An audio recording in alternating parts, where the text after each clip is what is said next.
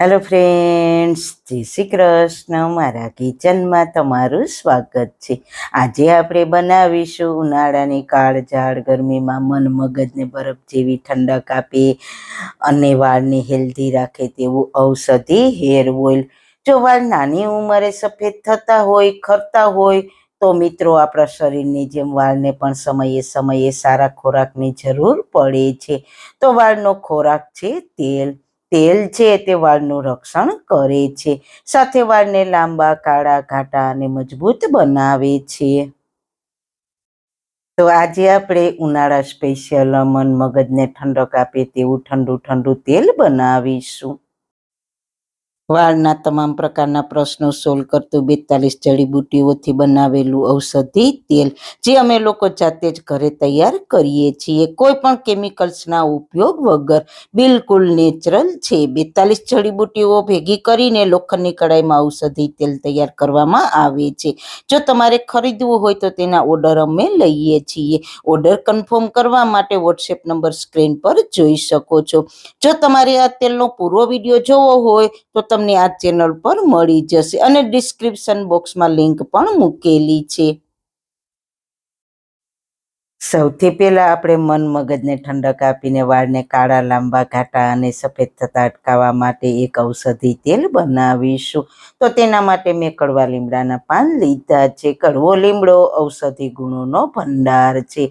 તેમાં એન્ટીબેક્ટેરિયલ તત્વો હોય છે, જે ગરમીના લીધે આપણા વાળમાં જે ફંગલ ચેપ આવે છે તેને દૂર કરે છે. કડવા લીમડાના પાન આપણે 10 થી 12 લઈશું. સાથે આપણે મીઠા લીમડાના પાન પણ 10 થી 12 લઈશું. મીઠો લીમડો પણ ખરતા વાળને અટકાવીને અવિકસિત વાળનો વિકાસ કરે છે, સાથે કુદરતી રંગ જાળવવા માટે મદદ કરે છે. સાથે આપણે 4 જાસૂદના ફૂલ લઈશું. જો તમને ફ્રેશ જાસૂદના ફૂલ ના મળે તો સૂકા પણ જાસૂદના ફૂલ લઈ શકો છો, અને સૂકા પણ ના મળે તો જાસૂદના પાન તો જરૂર લેજો. જાસૂદમાં વિટામિન સી અને એમિનો એસિડ હોય છે, જે વાળને ખૂબ જ મજબૂત બનાવે છે. મેં ફૂલ અને પાન બંને લીધા છે.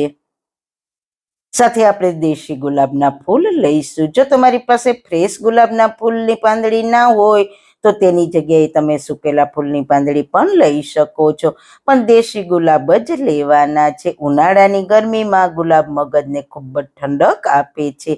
સાથે આપણે 3 આંબળાનું છીણ લીધું છે. જો તમારી પાસે ફ્રેશ આંબળા ના હોય તો તમે ડ્રાય આંબળાનું છીણ પણ લઈ શકો છો. આંબળામાં વિટામિન સી ભરપૂર માત્રામાં હોય છે, જે નવા વાળને ઉગાડવામાં મદદ કરે છે. સાથે વાળને મજબૂત અને સફેદ થતા અટકાવે છે આંબળા.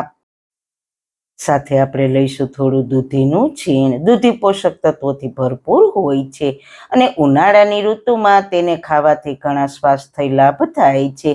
દૂધી તાસીરની ઠંડી હોવાથી તેનું તેલ ઉનાળામાં વાળમાં નાખવાથી ઉનાળાની ગરમીના લીધે વાળ ખરવા અને ટાલ પડવી જેવી સમસ્યાઓથી છુટકારો મળે છે.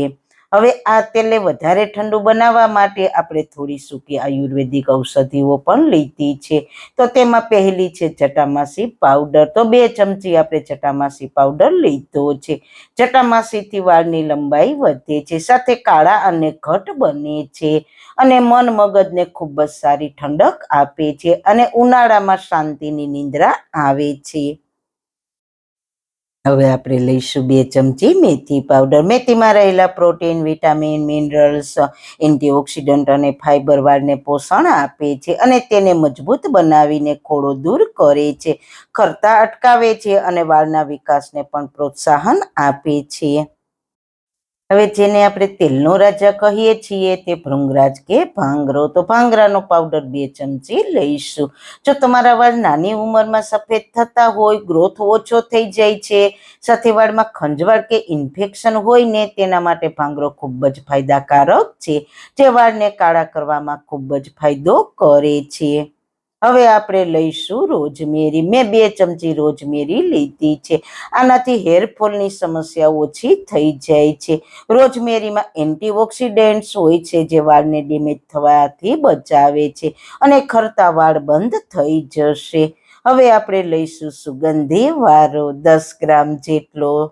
એકદમ સરસ સૂકા ઘાસ જેવો દેખાતો આ સુગંધીવાળાનો ઉપયોગ તેલ અત્તર અર્ક બનાવવામાં થતો હોય છે. હવે આપણે લઈશું 10 ગ્રામ જેટલી બ્રાહ્મણી. આયુર્વેદમાં બ્રાહ્મણીને મગજની ક્ષમતા ધરાવતી જડીબુટ્ટી તરીકે ઓળખવામાં આવે છે. સાથે સાથે તેલમાં મિક્સ કરીને તે તેલ વાળમાં લગાવવાથી વાળ લાંબા ઘાટા બનાવે છે અને મગજને સંપૂર્ણ ઠંડક આપે છે. હવે બધી જ ઔષધિને એક એક કરીને આપણે જે કઢાઈમાં તેલ બનાવવું છે તેમાં એડ કરતા જઈએ. તો સૌથી પહેલા આપણે બધી ડ્રાય ઔષધિ છે તે ઉમેરી દઈએ.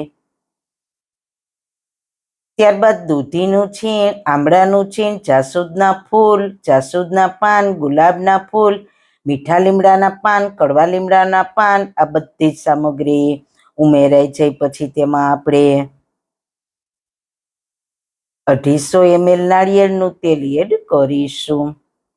સાથે આપણે 250 ml કાળા તલનું તેલ અને 100 ml એરંડિયું એડ કરીશું. ટોટલ મેં 600 ml તેલ લીધું છે. તમારે જેટલી ક્વોન્ટિટીમાં બનાવવું હોય તેલ તેટલું તમારે તેલ લેવાનું અને તે પ્રમાણે બધી જ ઔષધિ લેવાની. સારી રીતના બધી જ સામગ્રીને તેલમાં મિક્સ કરી લઈએ. હવે આ બધી જ સામગ્રીને તેલમાં ઓવરનાઇટ પલાળવા દેવાની છે, એટલે બધી જ ઔષધિના પોષક તત્વો તેલમાં ભળી જાય. હવે ઢાંકીને રહેવા દઈશું ઓવરનાઇટ. સવારે તેલને જોઈએ તો બધી જ ઔષધિ તેલમાં સારી રીતના પલળીને તેલનો કલર પણ સરસ આવી ગયો છે. હવે આપણે આ તેલને ઉકાળી લઈએ. તેલને ઉકાળતી વખતે ગેસની ફ્લેમ એકદમ સ્લો રાખવાની છે, એ વાતનું ખાસ ધ્યાન રાખવાનું છે. જો ગેસની હાઈ ફ્લેમ પર તેલને ઉકાળશો તો તેલમાં ઉમેરેલી ઔષધિના પોષક તત્વો બળી જશે અને આપણું તેલ સારું નહીં બને. ધીરે ધીરે હલાવતા રહીશું અને તેલને ઉકાળીશું. તલનું તેલ છે એટલે તેલમાં ફીણા થવા લાગશે. તો આ રીતના ઉકાળશો એટલે બધી જ ઔષધિમાં જે પાણીનો ભાગ છે તે બળી જાય ત્યાં સુધી આપણે ઉકાળીશું. થોડી વાર પછી ચેક કરીએ તો આંગળી એકદમ સાઈની લાગે, જરા પાણીનો ભાગ ના લાગે તો સમજવું કે તેલ આપણું તૈયાર થઈ ગયું છે. ઔષધિ પણ ડ્રાય થોડી થઈ ગઈ છે. હજુ તેલ ગરમ છે, થોડું ઠંડુ થશે એટલે હજુ ડ્રાય થશે. અત્યારે સાવ ડ્રાય નથી થવા દેવાની, થોડી આવી રાખવાની એટલે તેલ ઠંડુ થતા હજુ થોડી ડ્રાય થઈ જશે. તો ગેસની ફ્લેમ બંધ કરીને તેલને ઠંડુ થવા દઈએ. 1-2 કલાક પછી જોઈએ તો તેલ આપણું સરસ ઠંડુ થઈ ગયું છે. તો તેને ગરણા પર કોટનનું કપડું રાખીને તેનાથી ગાળી લઈએ.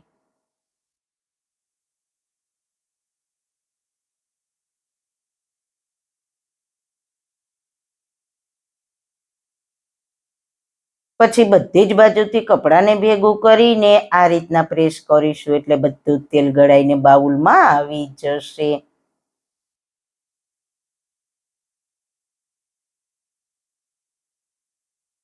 તો બધું તેલ ગળાઈને આ જે ઔષધિ છે તે કોરી થઈ ગઈ છે. તો આને તમે ફેંકી ના દેતા, આનો પાવડર બનાવીને તેમાં દહીં મિક્સ કરીને વાળને વોશ કરી આપેલા 2 થી 3 કલાક આ પેક બનાવીને વાળમાં લગાવશો તો તમારા વાળ ખૂબ જ સરસ સિલ્કી શાઇની બની જશે. તો તૈયાર છે આપણું ઉનાળાની ગરમીમાં મન મગજને ઠંડક આપે તેવું ઔષધિ ઠંડુ ઠંડુ તેલ. આને આપણે બોટલમાં ભરીને આખું વર્ષ સ્ટોર કરી શકીએ છીએ, બિલકુલ ખરાબ નહીં થાય. આ તેલને તમે અઠવાડિયામાં 2 વાર વાળમાં હળવે હાથે મસાજ કરશો તો 100% તમને રિઝલ્ટ મળશે. આ તેલને તમે હુંફાળું ગરમ કરીને તેમાં વિટામિન ઈની 1 કેપ્સ્યુલ મિક્સ કરીને વાળમાં લગાવશો તો પણ ખૂબ જ સારું રિઝલ્ટ મળશે. આ તેલ આયુર્વેદિક ઔષધિનો ઉપયોગ કરીને બનાવવામાં આવ્યું છે એટલે તમને 100% ફાયદા કરશે. વાળને ખરતા અટકાવીને ગ્રોથ વધારીને ઘાટા લાંબા સિલ્કી શાઇની બનાવશે. તો જરૂર એકવાર ટ્રાય કરજો.